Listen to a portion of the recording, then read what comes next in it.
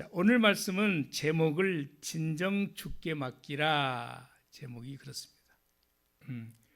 진정을 하나 더 넣은 것은 더 주께 맡기는 자세를 갖기를 소망해서 진정, 마음속에서 우러난 그런 주께 맡김을 했으면 좋겠다 싶습니다.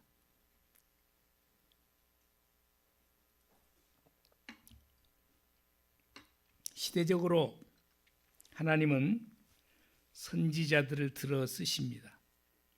그래서 하나님 자신이 하고 싶어 하시는 말씀을 선지자들을 통해서 말씀하시는 거예요. 모든 구약의 선지서가 그러했고 신약에서도 마찬가지입니다. 주의 종들을 통해서 자기가 하고 싶은 얘기를 하시는 거예요. 오늘 본문의 배경은 북쪽 이스라엘이 멸망한 지 오래되었고 정신을 차려야 할 남쪽 유다도 여전히 하나님 앞에 바르지 못하게 살아요. 우상을 숭배하고 살고. 하나님 오직 답답하시면 자신이 택한 이스라엘 백성들 가나안 땅에 불러서 저들을 그곳에서 살게 하셨는데 이웃 나라에게 고통을 당하게 하셨을까? 사람은 웬만해가지고 말을 안 듣는 것이 생리인가 봐요. 엄청 매를 맞아버려야 정신을 차리고 그래요. 예레미야 이 시대에는 예레미야 선지자는 참으로 참 같은 선지자라도 더 극심한 고통 속에서 하나님의 말씀을 대언해야 되는 상황이거든요. 강단에서 책망죄의 설교를 하면 좋아할 사람이 아무도 없습니다. 그러나 때에 따라서 책망의 설교를 해야 돼. 뭔 복만 하면 그걸 좋아라 하시겠지만은 그건 하나님의 의도가 아니에요. 필요할 때 책망의 설교도 해야 되고 축복의 설교도 해야 되고 희망의 설교도 해야 돼요. 오늘 말씀은 이스라엘에게 책망의 말씀도 하시지만 그래도 오늘 33장의 일부를 보면 소망의 희망의 말씀을 하시는 내용들이 들어있거든요. 시드기야 왕 때에 하나님께서 남쪽 유다를 멸망시킬 것을 직선적으로 예레미야에게 말하라고 하니까 이거 보통 일이 아니잖아요. 우리가 일본에게 망할 거야. 이거 매맞을 일이에요. 우리가 중국에게 망할 거야. 이거 모든 백성이 싫어하는 말이에요. 누구도 정신을 차리지 않고 오히려 경종을 울리는 말에 마음들이 상해가지고 그렇게 말한 사람을 매국노라고 말하거나 그러잖아요. 마찬가지예요. 예레미야도 그런 상황에 처해 있을 때에 말하는 거예요. 이스라엘이 극한 우상 숭배 속에서 하나님의 진노가 지금 떨어지기 직전에 예레미야를 들어 사용하시거든요. 그거 못할 일이에요. 주의 종. 지금은요, 예레미야가 바른 말을 하다가 왕에게 눈밖에 벗어나서 시위대 뜰이란 말이 나와요. 시위대. 이걸 우리말로 좀 바꾸면 시위대가 뭔 말이에요? 뭐 무슨 시위하는 그게 아니고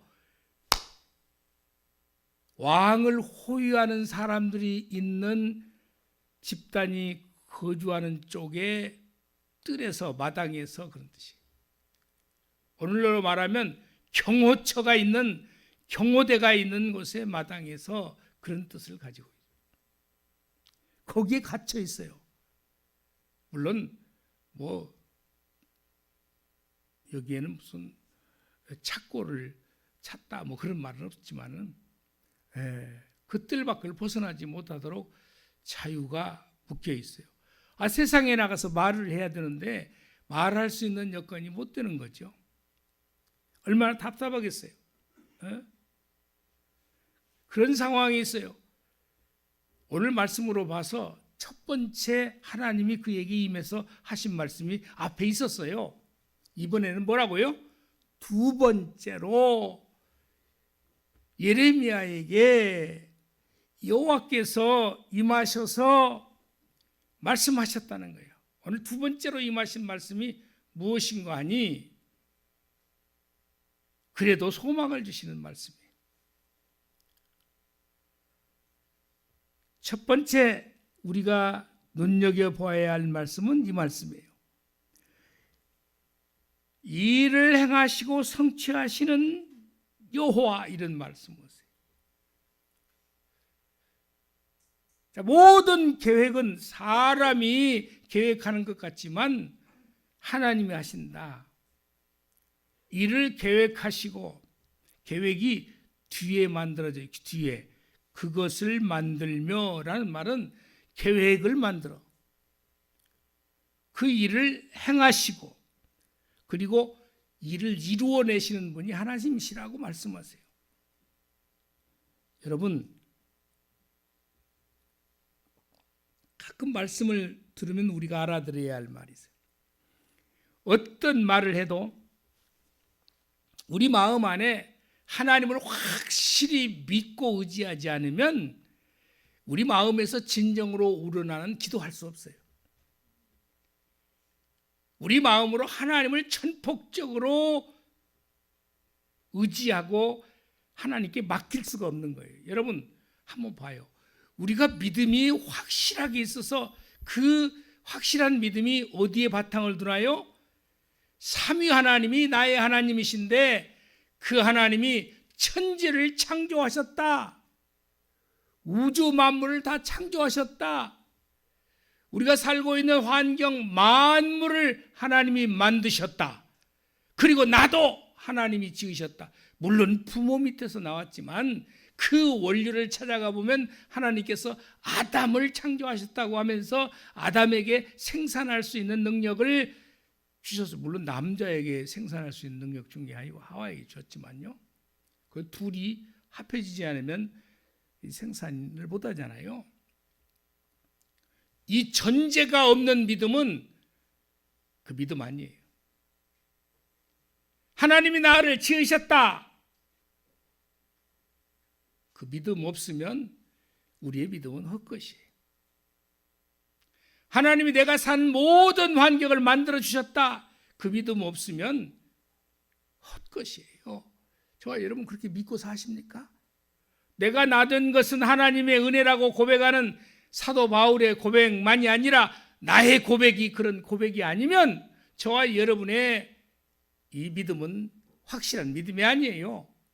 오늘 앉아 있어도, 교회를 나와도, 성경을 읽어도, 기도를 해도 확신에 찬 기도를 할 수 없고요. 그런 거예요. 그래서 하나님은요, 이렇게 먼저 저희에게 말씀하셔요. 자, 2절 말씀을 보겠습니다. 일을 행하시는 여호와, 그를 만들며 성취하시는 여호와, 그의 이름을 여호와라 하는 이가 이와 같이 이르시도다. 뒤에 말, 이게 하나님의 말씀이야. 이거를 확실하게 알려면 앞에서 대전제가 일을 행하시는 분은 여호와예요. 아멘.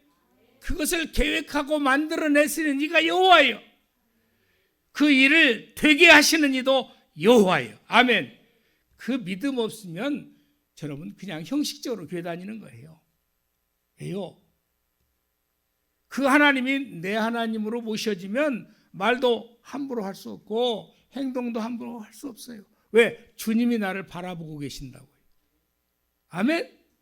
그럼 믿음이 먼저 전제가 될 것을 말씀하시고서 하나님이 하고 싶은 말씀을 뒤에다 하겠다는 거예요.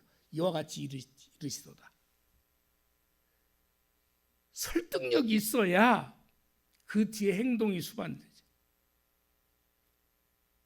제가 오늘 설교를 하더라도 그 하나님, 우주 만물을 창조하신 분이 그 조물주가 우리 하나님이시다. 우리가 믿는 하나님이시다. 아멘. 예수님은 2000년 전에 이 땅에 육을 입고 비록 오셨지만 창세 전부터 하나님과 함께 하셨던 분이 예수님이시다. 이걸 어떻게 믿어? 2000년 전에 오셨는데. 그런데요, 삼위 하나님은 창조 시대부터 함께 하셔서 예수님이 그때부터 말씀이 육신이 되어 이 땅에 오셨다고 요한복음 1장에 그렇게 말씀하시잖아요. 말씀이 곧 예수님이십니다. 아멘. 지금 그렇게 말씀하세요. 이 일을 행하시는 여호와, 그것을 만들어 성취하시는 여호와, 그 여호와 하나님을 믿음을 전제로 해서 내 그 여호와가 너희들에게 말하겠다. 그러려면 그 하나님을 확실히 믿는 마음의 자세를 갖춰야 돼. 창세기 1장 1절의 말씀을 볼까요? 태초에 하나님이 천지를 창조하시니라. 믿습니까? 천지를 창조하시고 그뿐만 아니라 이어서 말씀하세요. 25절 말씀 보겠습니다. 시작.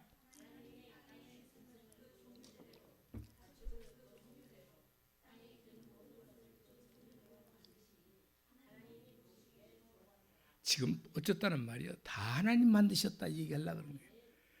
땅의 짐승들을 그 종류대로, 가축들을 그 종류대로, 땅에 기는 모든 것을 그 정도, 그 종류대로 만드시니까 누구다고? 하나님이. 가축만 만들었다고요? 짐승만 만들었다고요? 아니요. 26장 26절 하나님이 이르시되 우리의 형상을 따라, 하나님이 삼위 하나님이라서 복수를 위로 했어요. our, 우리의 형상대로. 형상은 이미지거든요. 따라 우리의 모양대로 우리가 하나님을, 사람을 만들고, 그렇게 말씀하세요. 삼위 하나님이, 성부, 성자, 성령 하나님이 셋이니까 우리라고 했어요. 우리가 사람을 만들고, 그게 저와 여러분이 누구에 의해서 만들어졌다는 얘기를 강조하시는 거예요. 하나님이 만드셨다. 하나님이 만드셨다는 것을 확실히 믿어야 나의 모든 주권을 하나님이 가지고 계시다. 아멘. 그게 믿어지는 거죠. 할렐루야. 이거 없이는, 하나님을 제대로 모르고서는 우리의 믿음이 생성될 수 없어요. 헛것 믿음이 되는 거예요. 하나님의 형상대로 사람을 하나님께서 만드셨다고 말씀하세요. 자, 그러므로 모든 일을 행하시고 성취하시는 분이 하나님, 나다. 나야, 나라고 내 말을 들어야 된다고 그 말씀하시네. 내가 앞으로 뭔 말을 할 텐데 내가 누구냐면, 내가 일을 행하시고 내가 만들고 그리고 내가 성취를 해내, 그런 사람, 그런 분이 나야, 하나님, 이렇게 강조하시는 거예요. 그러면서 말씀을 할 때마다 가끔 여러분이 놀라운 표현을 볼 수 있어요. 이사야서 43장 1절을 보시면 놀라워요. 꼭 이렇게 하시는 거예요. 왜냐하면 믿음이 없이는 하나님을 제대로 부여잡을 수 없으니까. 자, 보세요. 빨간 글씨를 주로 보겠습니다. 야곱아, 이것은 야곱 개인을 이야기하기도 하지만 이스라엘을 말하기도 해요. 왜냐하면 야곱이 얍곡에서 기도할 때에 이름을 바꿔주셨어요. 이스라엘아, 그래. 그런데 혼용되고 있어. 구약성경에 보면 야곱이라는 말은 이스라엘 백성을 의미해요. 이스라엘아, 야곱아, 너를 창조하신 여호와. 지금 뭘 강조해요? 너 내가 만들었다. 지금 말씀하세요. 하나님이 나를 만들었대. 여러분 각자를 만드셨대. 그러면 위대하신 그 하나님이 나의 하나님이 돼서 그 말씀을 따라서 살아야 하지 않겠나? 지금 말씀하시느니라. 내가 지금 말하려고 그러는데 내가 누구냐? 너를 창조하신 여호와야. 너를 지으신 이가 누구냐? 나야. 여러분이 하나님께서 나를 지으시라고 믿습니까? 이걸 확실히 하라는 거예요. 그래야 내가 하는 말을 여러분이 안 들을 수 없다는 거예요. 너는 두려워하지 말라. 내가 하나님 너를 지으신 내가 너한테 이 얘기한다. 두려워하지 말어. 왜? 내가 너와 함께하고 있으니까. 이 말을 하려고 그러는 거예요. 그리고 뒤에서 말씀하십니다. 내가 너를 구속하였고, 구속했대. 구속이라는 것은 경찰에 뭐 구속시키고 검찰에 구속 그런 뜻이 아니에요. 죄에서 우리를 벗어나게 하셨다 그런 의미예요. 구속이라는 뜻이. 내가 너를 지명하여 불렀다. 너는 내 것이다. 세상에서 위대한 사람이 너는 내 거야. 한참 연애를 하고 있을 때 가장 하고 싶은 말이 당신은 내 거야. 내 아내한테 그렇게 말. 내 거. 그러면 싫다고 안 하더구만요. 왜 그래요? 자기가 거기에 귀속되어 있다는 걸 느꼈네. 나는 당신 거야. 그 말을 들으면 너무 좋은 거죠. 그죠?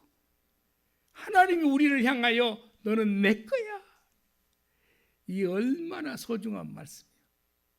위로를 주시려면 하나님이 꼭 자기를 이렇게 표현해요. 내가 너를 창조했다고, 내가 너를 지었다고, 내가 너를 구속했다고. 이 말을 가볍게 보면 안 되는 거예요. 이 말이 내 안에 푹 들어와 있어야 다음 하시는 말씀을 내가 실천할 수 있는 거예요. 믿음으로. 아멘.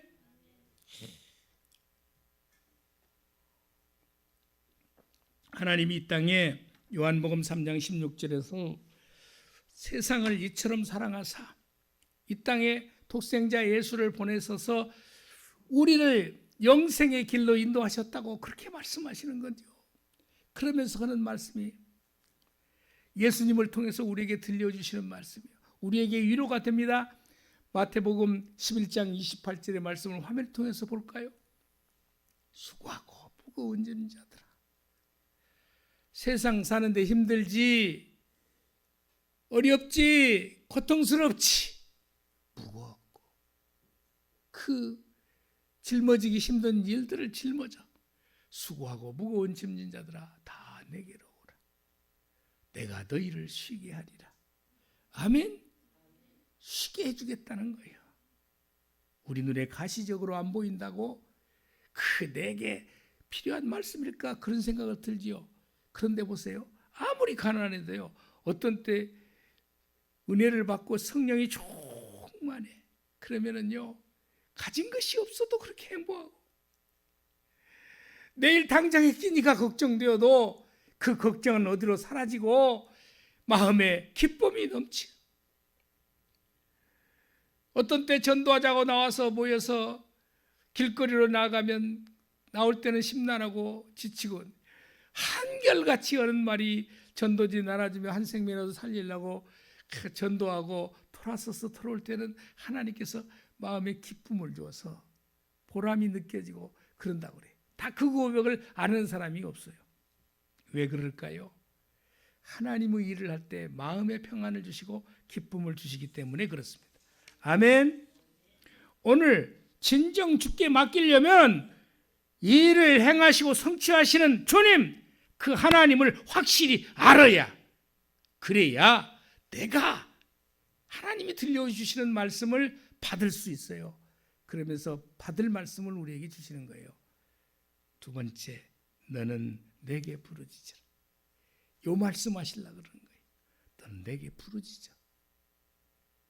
내가 너를 지었어. 내가 너를 창조했어. 너를 내가 구속했어. 그 하나님 내가 너에게 말한다. 너는 내게 부르짖으라. 이 말을 거치없이 했을까요? 쓸데없이 했을까요? 내가 응답해 줄 것이라고 하는 말이 뒤에 붙어 있거든요. 오늘 3절 말씀 보겠습니다. 너는 내게 부르짖으라. 내가 네게 응답하겠고. 그렇게 말씀해요. 지금 삶이 힘드냐? 너 내게 부르짖어.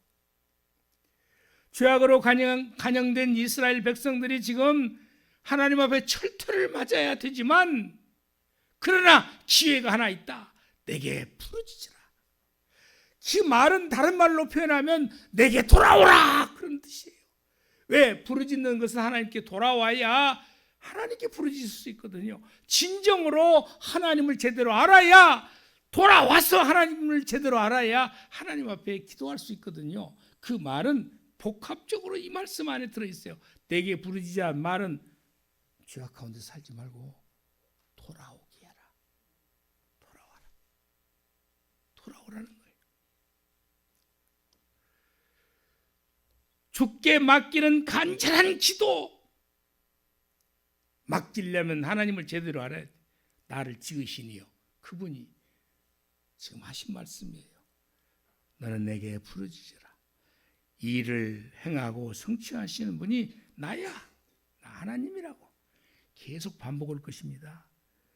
그 믿음 없이는 오늘 말씀이 아무리 내 귀에 안 들려오기는 하지만 가슴에 와닿지 않는 거예요. 아멘. 시위대 뜰에, 경호처 뜰에 갇혀 있지만 기도하라. 내가 네 하나님이요, 너를 지으신 이고 내가 행하시는 이고 내가 성취하시는 이야. 그래야 내가 기도해. 내게 기도해. 너 지금 아무것도 못하지? 경호처 마당뜰에 붙들려 있으니까 나갈 수도 없지? 잘 상상해 보세요. 지금 저와 여러분의 삶의 현장에 이것저것으로 꽉 막혀 있습니까? 막혀 있어요. 꼼짝 못하죠. 소망이 없어 보이죠. 그래도 너는 내게 부르짖으라. 행하시는 이는 나다. 아멘. 그 문제를 풀어주실 이도 나다. 이스라엘의 문제를 풀어주실 이가 하나님이실 뿐만 아니라 내 개인적인 삶의 현장에서 부닥쳐서 마치 시위대 뜰에 갇혀있는 예레미야처럼 그렇게 살고 있냐? 일하시는 이는 하나님이셔. 나야 나, 나야 나 말씀하십니다. 소망을 주시는 말씀이 아니겠습니까? 이스라엘의 흥망성쇠는, 나라의 흥망성쇠는 누구에 달려있다고요? 하나님께 달려있다고요. 전쟁도 하나님께 속했다고 하잖아요. 그냥 되는 것 같아도 그렇지 않다는 거예요. 전쟁 난 나라들 상황을 한번 보세요. 남이 쳐들어오게 한 것도요, 다 알아요. 역사학자들이 다 얘기해. 우리가 왜 일제시대에 억류를 당하다시피 모든 백성들이 그랬냐고요? 다 원인이 어디에 있다고 말해요. 저 옛날 외놈들이라고 그랬잖아요. 외놈들에게 달려있는 거예요? 어디에 달려있다고 말합니까? 우리 내부에 있다. 우리가 진 것은 우리 내부가 분열되어 있기 때문에 그러다. 우리가 잘못해서 그런다. 우리가 고난당하고 슬픔당하고 어려움 당하는 것은 문제를 다른 데 찾지 말고 내게 있다. 하나님을 부여잡지 못하고 내 마음대로 살려고 그러고, 그리고 죄의 유혹에 빠져서 살기 때문이다. 그것이 네가 고통받는 이유 중에 하나다. 이스라엘 백성들에게요. 왜 이스라엘 백성들이 고난 속에서 산다고 말합니까? 하나님을 의지하지 아니하고 누구를 의지했어요? 우상을 숭배했다고요. 우상은 다른 게 아닙니다. 하나님보다 앞세우는 것이 우상. 무엇이 소중해서, 무엇이 더 좋아서 하나님 말씀대로 못 사는 것일까요? 언제나 사단 마귀는 우리를 유혹합니다. 살다 보면 예레미야처럼 답답한 일을 당할 때가 분명히 있습니다. 사방이 막힌 벽이요, 감옥 안처럼 답답합니다. 답답해. 그래서 시편 121편 1절 2절은 이렇게 말씀. 우리의 모습하고 같아요. 내가 산을 향하여 눈을 들리라. 나의 도움이 어디서 올까? 나의 도움이 어디서 오지? 나의 도움은 천지를 지으신 여호와에게서로다. 아멘. 하나님께 답이 있다고 말씀하시는 거예요. 이스라엘 백성이 지금 바벨론에 의해서 포위당하고 멸망 직전에 있을 때에 예레미야를 통해서 그렇게 기회를 주시지만 못 깨달아. 저와 여러분에게 수없이 기회가 왔었습니다. 하나님 말씀 가까이 하고 하나님을 의지하라고요.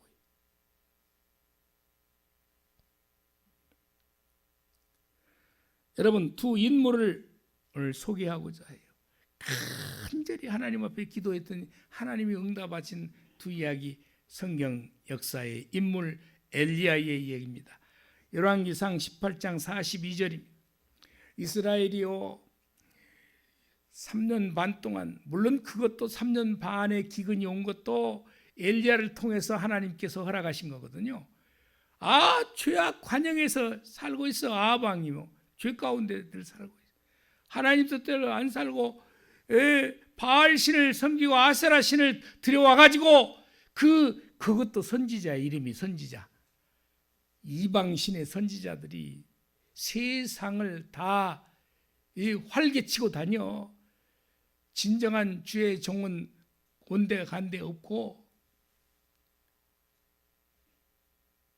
그래 아합 왕이 어떻게든지 엘리야를 찾으려고 그래. 엘리야가 도망다니. 그러다가 끝내는 하나님이 허락이 계시니까, 잘 보세요. 아합 왕한테 이렇게 말해. 아합 왕이요, 이제 먹고 마실 기회가, 자유스럽게 마실 기회가 그 앞절에 그게 나와요. 41절. 그러면서 이렇게 아합이 먹고 마시러 올라가니라. 엘리야가 말하니까 지금 행동을 옮겨요. 그러면서 뒤에요, 엘리야가 갈멜산 꼭대기로 올라가서 땅에 꿇어 엎드려 그의 얼굴을 무릎 사이에 넣고 뭐 했다는 거예요? 기도했다. 저는 살찌니까 안 굽혀져. 무릎 사이에 아무리 넣어볼래도 안 들어가더구만. 그것도 날씬해야 들어가. 엘리야가 하나님 앞에 얼마나 무릎 꿇고 기도를 했는데요. 하나님께서 저 서편에 구름 한 조각이 떠 있는 거예요. 그게 점점 커지더니 비를 몰고 왔습니다. 가뭄으로 고생한 이스라엘 백성들에게 3년 6개월 만에 비를 맞이했습니다. 기도하니까 3년 6개월이면 여러분 석 달만 비가 안 오니까 광주에 상수원이 바닥났다고 한참 작년 재작년에 뉴스에 난리 났죠. 네? 석 달 만에도 못 살아.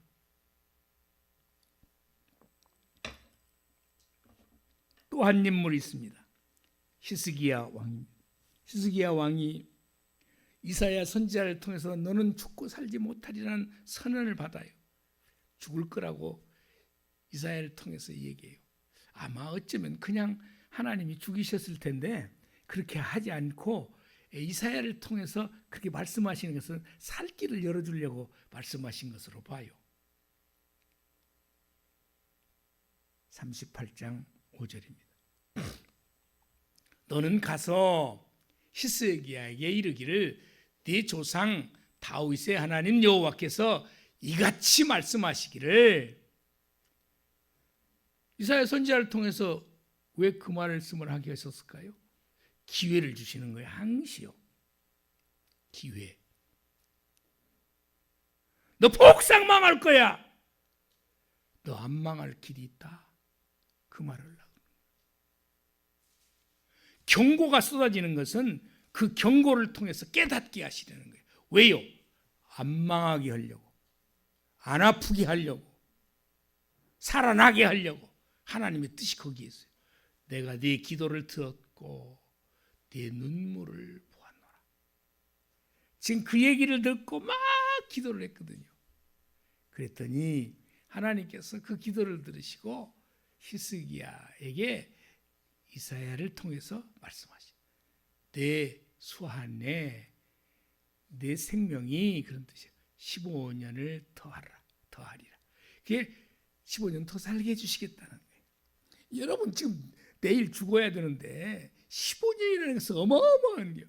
근데 그것도 받아놓고 한참 가다 보면 15년이 어찌 빨리 지나가 버린지 몰라. 그렇죠. 15년 평균 수명이 지금 여자는 92.5세, 남자는 87.7세인가? 아마 기대 수명인가 보죠. 그렇게라고 말씀하시니까 그놈을 계산해 보면 웜에 얼마 안 남았네. 아이고 조금만. 아니요, 100세 넘은 사람도 상당수가 많아졌습니다. 100세 시대라고 말해요. 그런데요, 히스기야에게 15년은 짧은 기간이 아니에요. 내일 모레 죽을 건데 15년을 연장해 주었다고요. 어떻게 했더니요, 나는 늘 그 기도 얘기를 하면 나를 돌아보게. 여러분, 히스기야에 왜 15년을 연장시켜 줬는가? 그 앞에 배경을 보면 이런 얘기예요. 히스기야가 왕이 되었을 때 우상 딴지들을 다 철폐하고 산당, 물론 산당만 좀 남겨줬는데 그것까지는 정리를 못했던 것 같아요. 전체 이스라엘 백성들을 말씀으로 돌아오게 만들고 막 그렇게 했다는 내용이 나와요. 할 말이 있어. 내가 하나님 앞에 절실히 기도해서 내 문제를 응답받을 수 있는 길이 하나 있어. 그게 뭐냐? 평소에 하나님 뜻대로 잘 살아내는 거예요. 그러고 나서 위기가 닥쳤을 때 하나님, 제가 하나님의 뜻대로 이렇게 살려고 했었는데 하나님, 저에게 기회를 한 번만 더 주시면 안 되겠습니까? 하나님, 설복당이. 모세가요, 나 그 지도자로 안 간다고, 나 말주변도 없고 못 갑니다. 그렇게 막 했는데 하나님이 시켰어. 그 어쩔 수 없이 네 형이 있지 않냐? 네 형이 말할 것이고 너는 가서 내가 하는 대로만 해라. 갔어.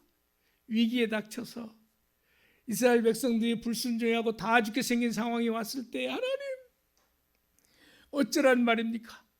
오는 거 다 홍해바다 건너오고 10가지 재앙, 그 이전에 재앙도 하나님이 막아주셨고 다 소문났습니다. 홍해를 갈릴 때도 사실 인간의 힘으로 홍해를 갈릴 수 있답니까? 하나님이 갈려주셨다고 다 소문났습니다. 이웃 나라들이 다 알고 있습니다. 그런데 가데스 바네아 여기서 죽이시면 세상 나라들이 어떻게 말하겠습니까? 여기에 하나님도 알아들으시. 저와 여러분의 삶에 하나님 앞에 기도거리를 만들어내야 돼. 아멘. 평소에 하나님 뜻대로 살려고 몸부림치는 그 모습으로 살아내야 돼. 아멘. 그러고 나서 위기에 닥치면 하나님 앞에 기도하고 또 기도하고 진정으로 하나님을 마음을 변화시킬 만한 기도를 간절히 하면 내게 부르짖으라 하나님 하셨잖아요. 내가 하나님 뜻대로 살려고 몸부림쳤다는 것을 하나님이 알고 계시잖아요. 내가 요새 좀 잘못 살았지만 하나님 과거에 그렇게 살려고 했었잖아요. 저와 여러분에게 이렇게 간절히 기도할 수 있는 기도거리를 만들어내야 해요. 우리의 삶 속에서. 아멘. 에이브러햄 미국의 16대 대통령은 위기 때마다 이렇게 기도를 했답니다. 화면 띄워주세요.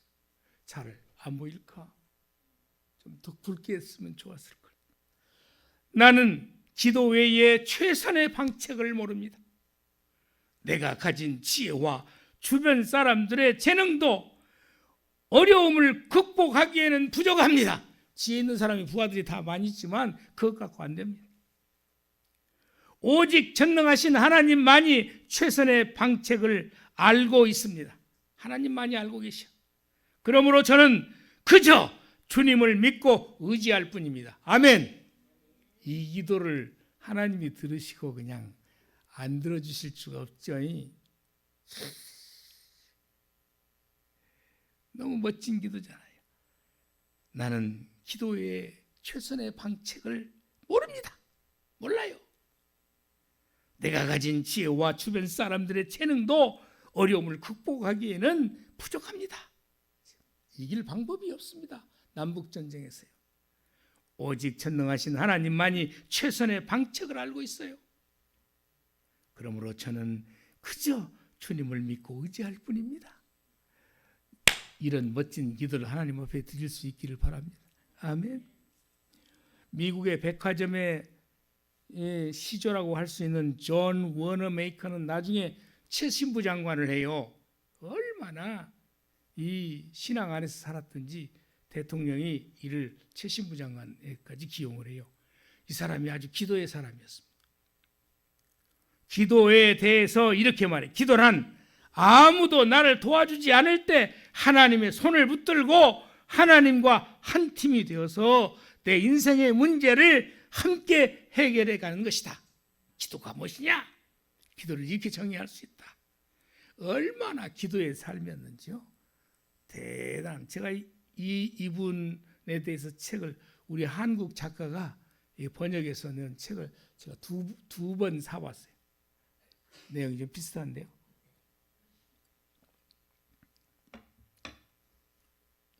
믿음의 사람 에이브러햄 링컨, 믿음의 사람 존 워너메이커, 이 두 사람에 대해서 책을 한국 서점에 나와 있어요. 내가 참 존경하는 목사님 일부 뭐 어찌네 저찌네 말도 하기도 하지만 존경하는 목사님 조영기 목사님은 그의 자서전과 같은 책에서 이렇게 내용이 있더라. 이렇게 고통스럽게 살았을까. 청년 초기에는 폐병으로 폐를 하나 떼어내고 폐결핵 3기였대요. 심장병이 있고 장염으로 고생을 너무 많이 하고 간이 나빠서 고생을 하고 만 가지 병, 그래서 온몸이 종합병원이라고 신장에 물혹이 생겨서 80몇 세에 돌아가시긴 했습니다. 더 사실 줄 알았더니 나중에 몸이 지탱해보니까 나이 드시면 이런 문제, 고개를 못 이긴, 아기가 고개를 못 이기듯이 이렇게 설교를 끝까지 설교하시다가 지탱을 못할 때에서 강단에서 내려가시더구만. 죽어도 강단에서 죽으실란다고. 기도할 때마다 하나님이 위기 속에서 건져내 주셨다고 그런 고백을 해요. 세계를 그냥 일주를 하다시피 해요. 대통령 이름은 몰라도 조영기 목사님은 세계가 다 저 빈민국 특별히 내게 부르짖으라 내가 응답하겠고. 아멘. 마지막 세 번째입니다. 진정 주께 맡기는 것은 일을 행하시고 성취하시는 그 하나님을 제대로 알아야 그 하나님을 의지할 거 아닙니까? 주께 맡기는 간절한 기도는 진짜 그게 진짜 기도예요. 하나님을 어떻게 철저히 의지하는 거예요. 기도 안 하는 사람은 하나님을 의지하지 않는 사람입니다. 위기 때마다 자기가 문제를 해결하려고 하는 사람은 하나님이 아니 계신 거예요. 크고 은밀한 일을 내게 보이리라. 그러니까 이게요, 위기 때에 예레미야에게 소망을 그래도 이스라엘 백성에게 주시고 예레미야에게 소망을 주시는 말씀을 하신 거예요. 하나님이요. 크고 은밀한 일을 내게 보이리라. 3절 말씀입니다. 너는 내게 부르짖으라. 내가 내게 응답하겠고 네가 알지 못하는 크고 은밀한 일을 내게 보이리라. 아멘. 내가 이제 그걸 입증을 해드릴게요. 어떻게? 모세가요 못 간대.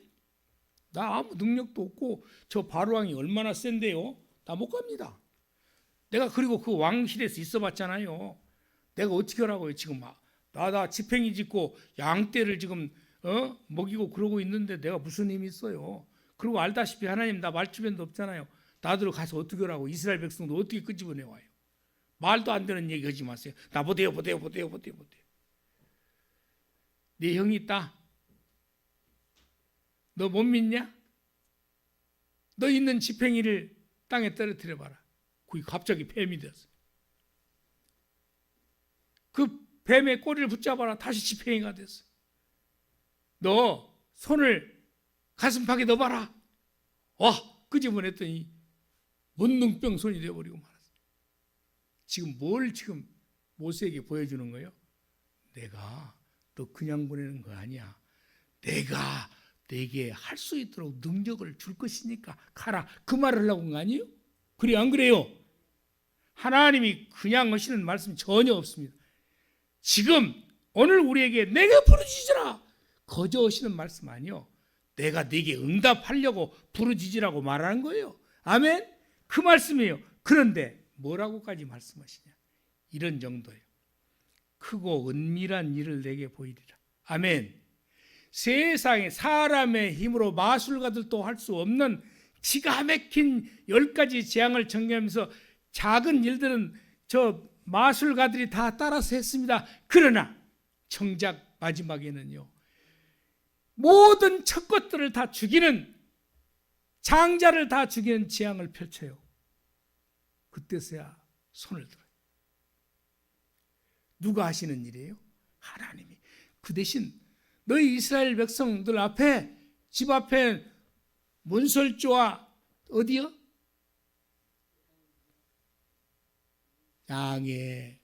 어린 양의 피를 발라라. 고기는 너희들 가족들끼리 먹으라고 하고, 그러면 다 피해가리라. 피해갈 길을 다 주셨다고. 이건요, 사람으로 할 수 없는 일을 보여주시. 여기 보세요. 크고 은밀한 일을 내게 보이리라. 와, 놀랍지 않아요? 또 어디에서 나타나요? 크고 은밀한 일은요, 홍해바다를 갈라요. 사람이 어떻게 홍해바다를 갈라요? 사람이 지나가도록 고실고실한 땅을 만들어 주었다 하잖아요. 아, 여기 서해안에 가서 바다에 물 빠질 때 들어가려고 하니까 무엇이 있어요? 빨리 말해봐. 뭐가 있어? 바다에 들어가려니까 뭐가 있어요? 뻘! 폭폭 빠져서 제대로 못 들어가요. 그러면 이스라엘 백성들이 홍해를 갈라는데 뻘이 없을까요? 그 성경 봐요. 뭐라고 해요? 마른 땅으로 지나가듯이 지나가게 했다.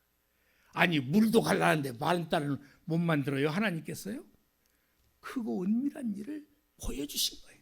할렐루야! 아멘! 시편 40편 1절 2절입니다. 내가 여호와를 기다리고 기다렸더니 귀를 기울이사 나의 부르짖음을 들으셨도다. 나를 기가 막힌 웅덩이와, 기가 막힐 웅덩이요, 보통 웅덩이가 아니요, 수렁에서, 빠져나올 수 없는 수렁에서 끌어올리시고 내 발을 반석 위에 두사. 완전 반전 아닙니까?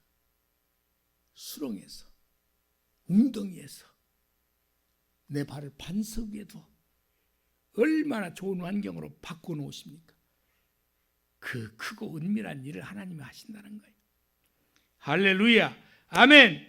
에베소서 3장 20절을 볼까요? 사도 바울이 서답을 통해서 하나님께서 주신 말씀, 구하는 것보다 더 넘치도록 능히 하실 이, 그가 누구예요? 하나님이요. 자, 우리 가운데서 역사하시는 능력대로 우리가 구하거나 생각하는 모든 것에 더, 우리가 생각하는 것은 이렇게 생각했는데요, 하나님은 우리에게 주시는 것은 더 큰 것으로 넘치도록 주신다고 말씀하세요. 기가 막힙니다. 이 예화를 드리고 마치려고 하는데요, 조영기 목사님께서 파키스탄에 집회를 가셨습니다. 거기에 기독교인들도 당연히 있으니까요. 그러나 이슬람 국가예요. 그런데요, 정부에서 허가를 안 해주는 거예요. 집회 허가를 안 해줘. 그래서 좁은 공간을 통해서 마이크를 대고 할래도 마이크도 확성기도 못 틀게 만들어요. 당연하죠. 저희 이슬람 국가에서 그거 허용을 잘 안 하죠. 그래서 얼마나 기도를 하고 갔는데요. 근데 첫날부터 숫자는 그렇게 많이 못 모이는 조밀한 공간에서 집회를 하고 있었는데 막 하나님께서 뜨거운 역사가 일어나, 치유의 역사, 기적의 역사가 막 일어나고 난리가 났습니다. 아무리 좁은 공간에도 교회보다는 더 넓었을 거 아닙니까? 어디 운동장 큰 것보다는 예, 그 정도는 됐을 거 아니에요. 목이 터져라고 마이크 없이 열변을 토하면서 하나님 말씀을 증거했습니다. 그 다음 날에는 목이 쇠어서 도대체가 집회를 못하겠어요. 그래서 하나님 앞에 숙소에서 엎드려서 기도를 했답니다. 기도를 했대요. 하나님 앞에 그렇게 기도를 하면서 특별히 한 기도를 내가 복사해 왔습니다. 하나님께서 문을 열면 닫을 자가 없고 하나님께서 문을 닫으면 문을 열 자가 없지 않습니까? 하나님께서 도와주옵소서. 도와주시라고 그렇게 기도를 했습니다. 다음 날 성회 장소에 여전히 나갔습니다. 그런데요, 경찰관 2명이 목사님에게 다가오고 있었습니다. 웜에 나를 잡아갈란가 보다. 그렇지 않으면 경찰에 올 리가 없잖아요. 어저께 집회 때문에 말입니다. 그런데 그 경찰관 2명이 2가지 사연이 있었습니다. 한 경찰관이 먼저 말했습니다. 조영기 목사님, 우리 아들이 문제가 심각합니다. 우리 아들을 위해서 기도를 좀 해주시죠. 또 다른 경찰 하나는 조영기 목사에게 다가왔습니다. 목사님, 우리 어머니가 죽을 위기에 있어요. 우리 어머니 좀 왜 그랬을까요? 어저께 첫 번째 집회를 보니까 많은 환자들이 질병에서 해방받고 딴전뱅이가 걸어 일어나 뛰고 난리가 났다는 것을 자기 눈으로 보았지 않습니까? 그래서 기도해요. 아니, 목사님이 하는 말이 당신은 이슬람교도가 아닙니까? 왜 내게 기도를 부탁을 하느냐고요. 아니요, 어제 그 광경을 보니까 조영기 목사님께 내가 기도 부탁을 하면 나을 것 같다는 믿음이 생겼다. 어제 저녁에 어떻게 기도했죠? 목이 터져라고 설교했는데 더 이상 그 다음 날은 목을 못 쓸 것 같아서 하나님 앞에 간절히 기도했는데 기가 막힌 일이 벌어졌습니다. 하나님은 그냥 목소리라도 하는 수준이 아니고 그 다음 날 앰프에 확성기를 탁 틀으라고 열어주더랍니다. 그러니까 집회를 뜨겁게 하면서 수많은 사람들을 지금 정부에서 허락해 준 거예요. 더 은밀한 일을 보여주시고 더 큰 일을 우리에게 보여주십니다. 우리 인생 거칠고 황량한 광야 같다 할지라도 주님은 우리에게 말씀하십니다. 내게 부르짖으라. 아멘. 주님이 해결해 주시겠다고 해요. 해결해 주신 수준을 초월해서 더 은밀한 일까지도 우리에게 보여주시겠다고 해요. 아멘. 하나님이 우리 인생을 책임져 주신다고 오늘 또 이사야, 예레미야 선지자를 통해서 주셨던 말씀을 최종근 목사를 통해서 오늘 여러분에게 말씀을 증거하게 하시지 않습니까? 기도하겠습니다. 하나님 아버지 감사합니다.